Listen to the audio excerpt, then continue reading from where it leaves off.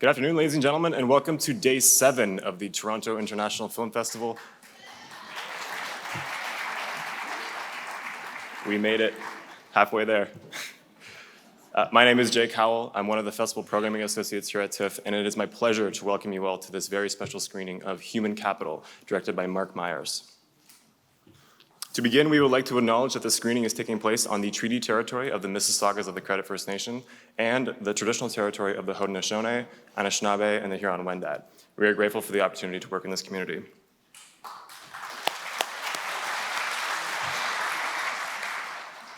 Just a quick reminder that this film is eligible for the Grolsch People's Choice Award, so to participate, simply go online to tiff.net/vote and cast your ballot there. Finally, the festival would like to thank United Talent Agency for providing us with the film. And now, without any further ado, would you all please give a warm Toronto welcome to the Director of Human Capital, Mr. Marc Meyers.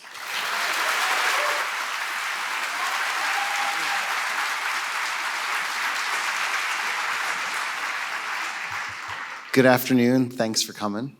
I'm very honored. Thank you so much. The entire cast, crew, and producers are all very grateful for having the opportunity to share and premiere Human Capital here at TIFF. This is my first TIFF.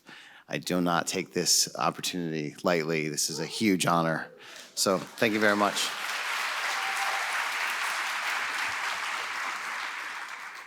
My first time I was in Toronto was when you had that huge blackout. And my rental car was stuck behind an electric garage door, so I couldn't get it and get back to the airport. So I sat and got drunk in a bar, ate some poutine. This is a much more glamorous experience. Thank you very much. And I hope you enjoy the movie, and I'll be back afterwards to answer some of your questions. Would you all please help me welcome back to the stage the Director of Human Capital, Mr. Marc Meyers. Hi, thank you. Thanks for sticking around. Who do you think's better at basketball? There's always one every day. Thank you. Now, Marc, I would love to get into the genesis of this project because, I mean, there is the novel from 2004 and then the Italian adaptation a bit later. What attracted you to the project and how did you get involved? Well, my wife, Jody Giugenti, who's an executive producer on the project, was given the script by Hardy Justice, who used to be at Maven Pictures. So they were longstanding friends. And after I made this movie, My Friend Dahmer, this kind of worked its way to me. Of course, I was already aware of the work of Orm Overman, so I was very excited to read the script. I fell in love with the humanity of all the characters. The structure was something I thought was very unusual to have the opportunity to go do that. And then I pursued the opportunity, and then everything started to sort of come together naturally. Yeah, and how do you strike that balance? I mean, your relationship with Oren must be quite strong, given that you are, with these different acts, juggling so many things at once. How is that as a director? Well, we spent a little bit of time in his office once I started getting involved, going over the script and finding ways, as you always do with an independent film, like how do we lose some scenes? We don't have enough days to shoot everything, and really kind of just trying to distill down to an even further core drama. And then you'd add more things in. You saw an opportunity for an interesting scene here or there. And we just had a good dialogue in his office over a couple of visits, just massaging the script.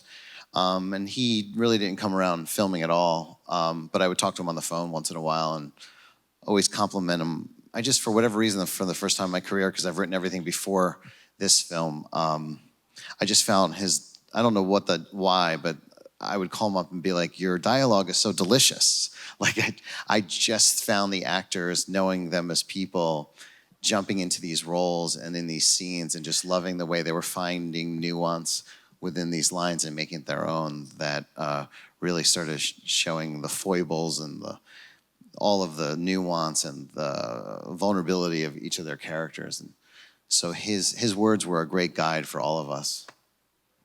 Actually, I'm glad you brought up the actors because I feel like your cast is just so stellar. Yeah. Thank you. And in particular, I mean, yeah, you have your A-listers, Marissa, but in particular, I really want to highlight Maya and Alex, who are just having an incredible year, I feel like. Yeah. Can you talk a little bit how they came on board? Well, Alex has become a friend because he was cast in My Friend Dahmer, so I knew him through that whole experience. This is now 2 years later, and he had grown up a bit more and done a bunch of films like Hereditary in between. I sent him the script very early on, didn't say anything. I go, give this a read, thinking, I wonder if he's gonna lock into Ian, and it's exactly what happened.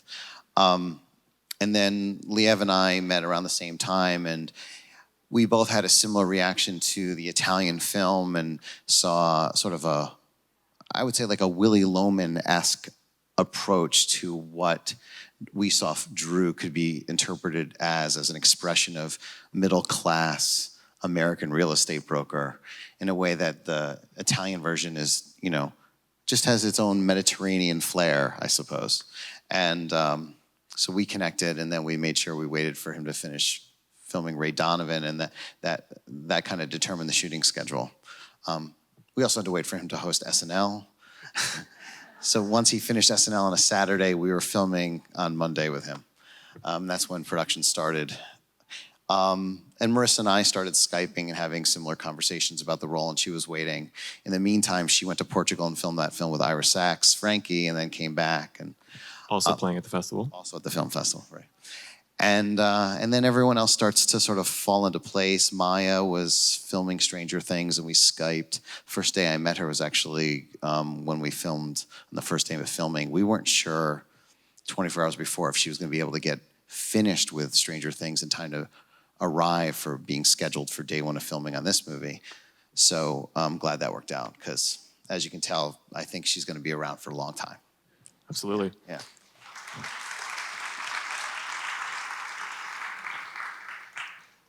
Now, I really want to talk about Quint just as a sort of jumping off point, because he's initially the villain, but I feel like there aren't really any villains in this story. I feel like maybe their worst instincts is actually what you're sort of focusing on.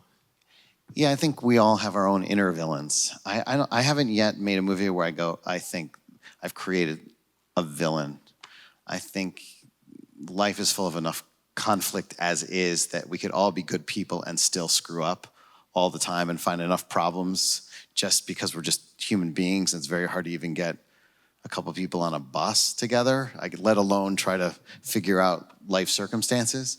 So there's just enough conflict in people doing their best and failing in whatever the circumstances may be. So for Peter Sarsgaard, he didn't go in, I think, to play the asshole. Is just, I think, to play the smartest guy in the room, the guy that figures things out faster than everyone else, owns the world. He's a master of his own universe, but tries with his own expression of generosity through money to sort of enable opportunities, like his wife to buy a theater that, I guess she was hoping it would be converted into something like this, I suppose. But, obviously it didn't work out for her. I don't want to hog Mr. Meyers, so if you do have a question, please raise your hand and I will try my best to repeat it. Yeah, I'm in the blue right here. Were the flashbacks in the original script, or did you bring that flashback technique yourself? The structure, essentially there's 3 chapters, right? And each of them start on the same day when Drew and Shannon arrive at that house. So each chapter starts in that same day and leads up to the banquet and then continues after the banquet, and then we go back and do it through Carrie's side. That was in the structure of the script. It's related to the structure of the Italian film, and I'm not really sure. It's not exactly like that in the book, but I will say what I fell in love with the script. I read it and it's one of those moments where with a screenplay where the form is part of the meaning of the story, that the separation of American class and the breakdown of our community is broken down into chapters of a middle-class guy, a wealthy woman, and a young woman who falls in love with someone from the other side of the tracks. And so I looked at it and fell in love with the fact that the form was part of the meaning of the whole thing. So then you shot list and prepare to shoot each chapter, understanding you're following through on one perspective, and then I get into Carrie's side and I'm shooting through her perspective. But when you're shooting, you might have overlapping, repeating scenes, so you have to be prepared to get, I was filming each of those moments from both perspectives. So I was preparing the edit room to have all the possibilities, at my disposal. Yeah, right. Yep. Basically, very similar question. I'm just curious how you organize yourself to shoot that. Do you start with the overlapping scenes and then pick which portions of the story you want to do? How do you like sit down to begin to write something? Well, you have a huge team around you, and there's like locations and the schedule of the actors, the time of day, the access to locations. There's so many other forces that are almost controlling where you're going to shoot and when, that I just have my approach to each scene predetermined through shot lists. So when I find myself there, I know exactly all the things I need to get to bring it to the edit room.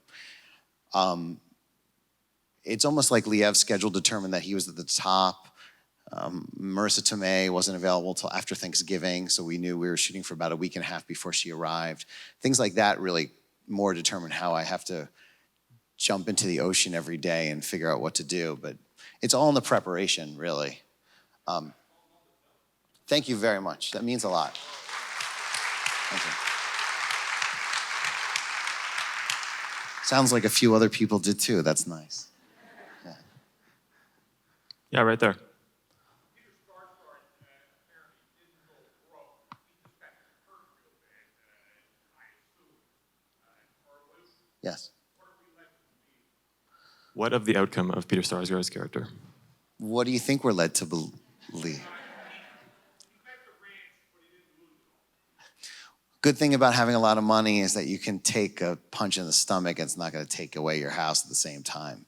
And the power that he has to rise and fall with the stock market and investments, but it's still not going to sink the ship, is the luxury of being a billionaire or part of the 1%. And I think that's part of the point of the movie, is that to him, these rises and falls are a fart to him, but to Liev, it's his entire livelihood is at stake. And so the movie is also like a breakdown of our community, that we all may or may not have the power to preserve ourselves through our access to funds. One guy's way over his head in debt, and the other guy sitting across the table from him can survive next week without, just brushing it off. I mean, it's unfortunately a sad truth, because the book is a decade old and those themes still relate. So we have time for 2 more questions. And I just want to make sure there's none in the balcony I'm missing. No? Okay, let's go with the one. I saw one right here. Yeah. I was curious what Carrie's sort of her reaction to professor director, like he basically rips apart her whole life, calls her evil, kept rules on and all of that, and instead of being upset or mad that she for her project. What he's basically saying is that the actor Paul Sparks, who plays John, who plays the artistic director, who then has the little fling with Carrie in the middle of the film, I look at it as that because it's obvious to both of them, and that he puts it on the open over that lunch, that she can look the other way at his affairs because she's so comfortable living in this castle that he's created for her. She's not going to give up that life. But when he knocks over something that she really wanted, like that theater that was going to fill a void and provide purpose in her life, that her rash, impulsive reaction was to go and do a revenge, F-U-C-K. And that's just the domino effect of, an emotional series of reactions and to what happened before. That's the way I approach that whole order of those things. I also had fun with this movie, just saying that like each incident is its own little incident, but also is connected to that which came before. But sometimes I don't really want to always spell out every single full explanation for why someone does the next thing, and you have to, as an audience member, catch up a little bit. Also makes for fun filmmaking that way. So. We have time for one more question. Yeah, over there. Was there ever any conflict about No, I actually, in the revisions, I added a little bit more of Roberto than there was originally there. Just making him a little bit more present as a cater waiter. But I think the idea was that it is all about him, but it's not about him at all at the same time. And so to fully follow that story any longer would not be part of the form of the film, is part of the meaning of the film. And so his little chapter, per se, at the top is a life cut short. And so with that, that's as much as the film was always going to sort of give you. Ladies and gentlemen, Marc Meyers and Human Capital. Thank you. Thank you. Thank you. Please let your friends know it's playing again. Hopefully it comes back to Toronto. Thank you. Thank you.